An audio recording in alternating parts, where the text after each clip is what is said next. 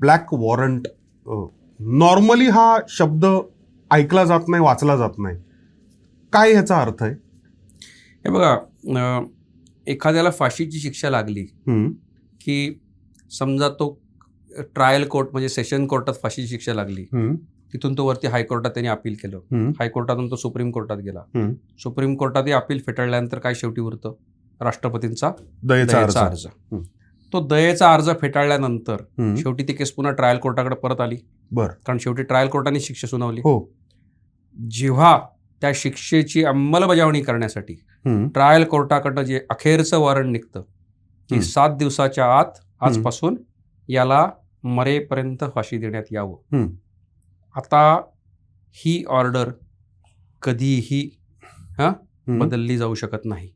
पण जे final warrant आहे तो जे त्याला फाशी देण्याचा हा direction given to the superintendent of the jail, जे कोणाला दिलं जात असेल ते त्याचा अर्थ म्हणजे त्यातून हा शब्द रूढ झाला की ब्लॅक वॉरंट म्हणून.